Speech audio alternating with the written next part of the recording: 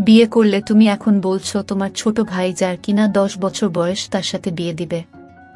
এটা আমি কিছুতেই মেনে নিতে পারবো না। ও একটা বাচ্চা ছেলে, আমার অভাব কি বুঝবে? তারপরেই বাচ্চা ছেলে আমার সাথে যা করল তা শুনলে মাথা ঘুরে যাবে। বন্ধুরা, মূল ঘটনা শুরু করার আগে একটি কথা তোমাদের বলতে চাই। তোমরা ঘটনাটি প্রথম থেকে শেষ পর্যন্ত শুনলে বুঝতে পারবে ঘটনার মূল বিষয়টা। তাহলে মূল ঘটনাটি বলি। তখন আমার বয়স ছিল 26। সেবার বসন্ত তখনও আসেনি। যে চাকরিটা তখন করতাম সেটা মাত্র 2 বছর আগেই পেয়েছি। আমি ঘরে বড় ছেলে, বড় বোনটার বিয়ে হয়েছিল। ভাইটা ইন্টারে পড়তো। আমার আরও একটা ছোট ভাই আছে, তার নাম সুমন। সে ক্লাস 8-এ পড়ে। চাকরির প্রথম বেতনের টাকাটা দিয়ে পরিবারের সবাইকে কিছু না কিছু কিনে দিয়েছিলাম। মায়ের জন্য শাড়ি, বাবার জন্য পাঞ্জাবি, ছোট ভাইটার জন্য শার্ট আর প্যান্ট। ঘরের জন্য একটা ফোনও কিনেছিলাম। তবে আমার জন্য আমি কিছু কিনিনি। আমার একটা অসুখ ছিল, কেউ জানত না, আমিও জেনেছি কিছুদিন আগে। ছোটকাল থেকে আমার মাথা মাঝে মাঝে প্রচণ্ড রকমের ব্যথা করছে। মাইগ্রেনের ওষুধ খেয়ে ব্যথা থাকে কোনো রকমে জমিয়ে রাখতাম। একদিন সবার সাথে ক্লাস করছিলাম। সেদিনও সকাল থেকে মাথা ব্যথা করছিল। চোখে আগে থেকে দেখতাম কম, মাথাটা ভো ভো করছিল। ব্যথাসহ যে লিমিট ক্রস করে আমি ক্লাসে অজ্ঞান হয়ে পড়ি। বন্ধুরা আমাকে ডাক্তারের কাছে নিল। হুঁশ ফিরল। ডাক্তার আমাকে কয়েকটা পরীক্ষা করাতে বললেন। করালাম, সেখানে ধরা পড়ল আমার মাথায় টিউমার জন্মেছে। অসুখের খবর আমি কাউকে জানাইনি। বুঝলাম আমি আর বেশি দিন বাঁচব না। সর্বোচ্চ হলে কয়েক বছর, হয়তো চিকিৎসা সম্ভব না। তারপর থেকে পড়ালেখা ছেড়ে দিই। পরিবারের জন্য কিছু করার সিদ্ধান্ত নিলাম।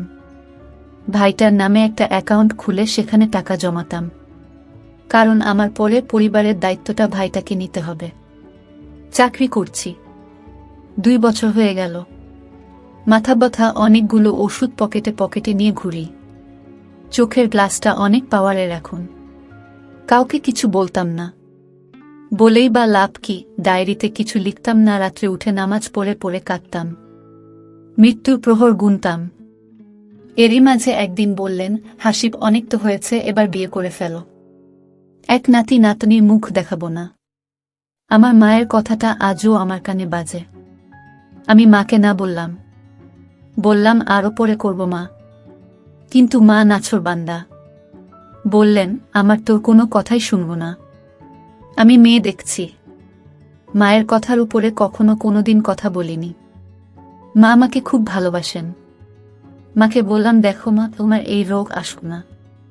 ছেলের সাথে তার মেয়েকে বিয়ে দেবে, তার চেয়ে বরং আগে কিছুটা স্বাস্থ্য হোক, তারপর না হয় বিয়েটা করব। কিন্তু মা অন্য। আমাকে বলে কি জানেন? বলে, আরে বাপ স্বাস্থ্য দেখবে, বিয়ের পরে হয়ে যাবে। আমি তোর আর কোনো কথা শুনব না। আমি মেয়ে দেখার ব্যবস্থা করছি।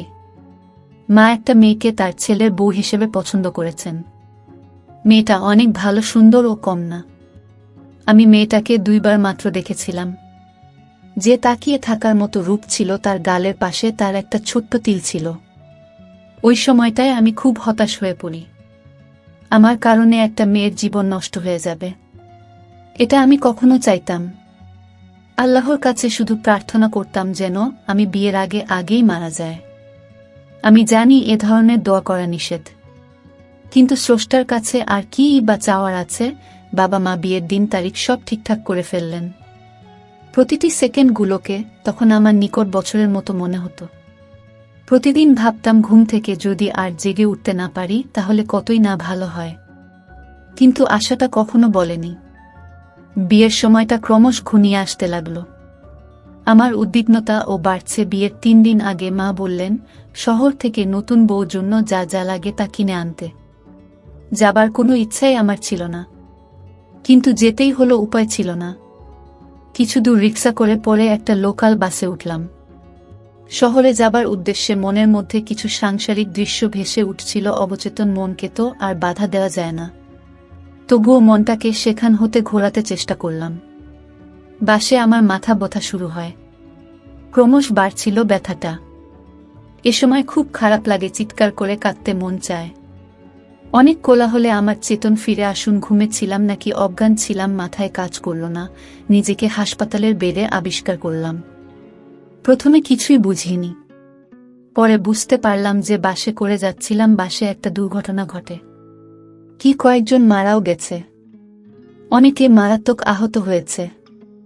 আমি মাথায় আর কাঁধে প্রচণ্ড আঘাত পেয়েছিলাম, ব্যান্ডেজ লাগানো ছিল। এত মানুষের সাথে আমিও মারা গেলে অন্তত কিছুটা শান্তি পেতাম, কিন্তু বিধি আমার মরার দরকার ছিল, ওদের না। অথচ আমি মরিনি। খোদার ওপর রাগ হচ্ছিল। তখন খুব হঠাৎ মাথায় একটা বুদ্ধি আসলো।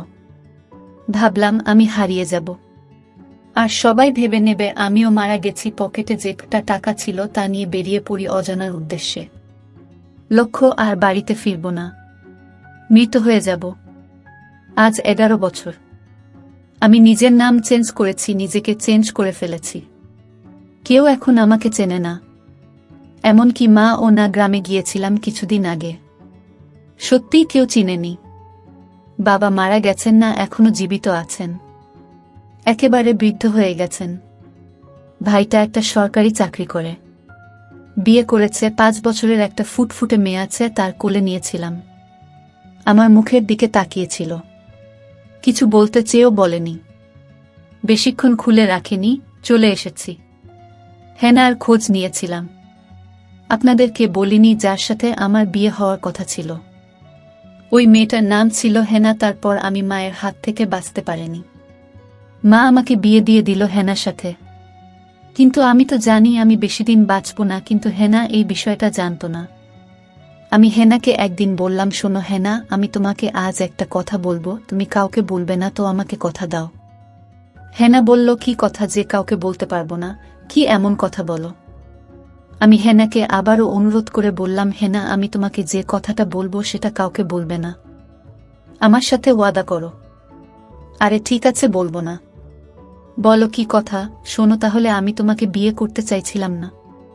আমার মায়ের স্বপ্ন ছিল আমি তোমাকে বিয়ে করি, আর তাই মাকে খুশি করার জন্য আমি তোমাকে বিয়ে করেছি। আসলে আমিও তোমাকে মন থেকে ভালোবাসি, কিন্তু আমি আর বেশি দিন বাঁচব না, বেশি হলে 1 মাস। এই কথা শোনার পর হেনার মাথায় যেন আকাশ ভেঙে পড়ল। কেন, তোমার কি হয়েছে? তুমি বাঁচবে না। শোনো, ডাক্তার বলেছে আমার ক্যান্সার হয়েছে, তাই আর বেশি দিন বাঁচব না। আমার হেনা এই কথাটা কোনোভাবেই মেনে নিতে পারছিল না। হেনা বলল, তুমি মরে গেলে আমি কি নিয়ে বাঁচব?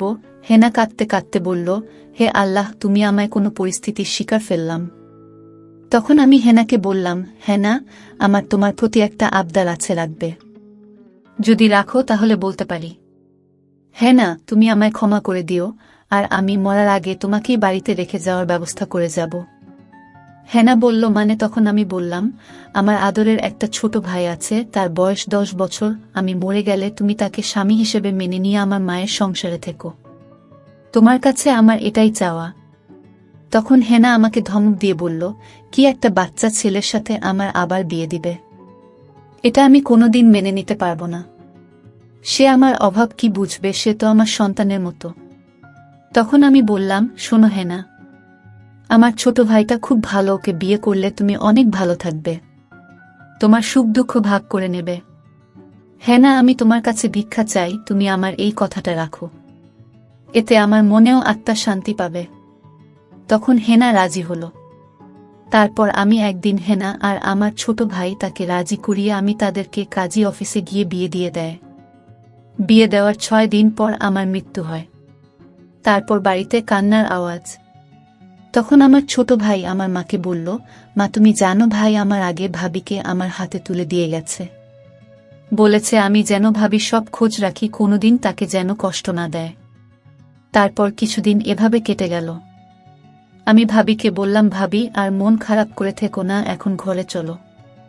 তারপর একদিন রাতে ভাবি আর আমি এক ঘরে শুতে গেলাম। তখন ভাবির কানে বললাম, ভাবি, আমি নিচে শুয়ে পড়ি, তুমি কাছে এসো। তখন ভাবি বলল, কি যাতা বলো, আমি তো তোমার এখন, তুমি নিচে থাকবে কেন? তখন সে উত্তর দিল, ভাবি, তুমি আমার মায়ের সমতুল্য, আমি কি তোমায় বিয়ে করতে পারি? সেদিন কাজী অফিসে ভাইয়াকে সান্ত্বনা দেওয়ার জন্য আমি অফিসে গিয়েছিলাম। কিন্তু আমি ছোট হলে কি হবে, আমার মাথায় তখন একটা বুদ্ধি আসে। আমি আগের কাজীকে বলে রেখেছিলাম, দেখুন কাজী সাহেব, আমার ভাইকে মিথ্যা সান্ত্বনা দেওয়ার জন্য এই বিয়েটা করা।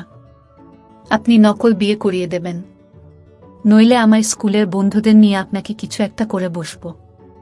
কাজে আমার কথায় ভয় পেয়ে গেল, আর তোমার আমার বিয়েটা নকল করিয়ে দিল।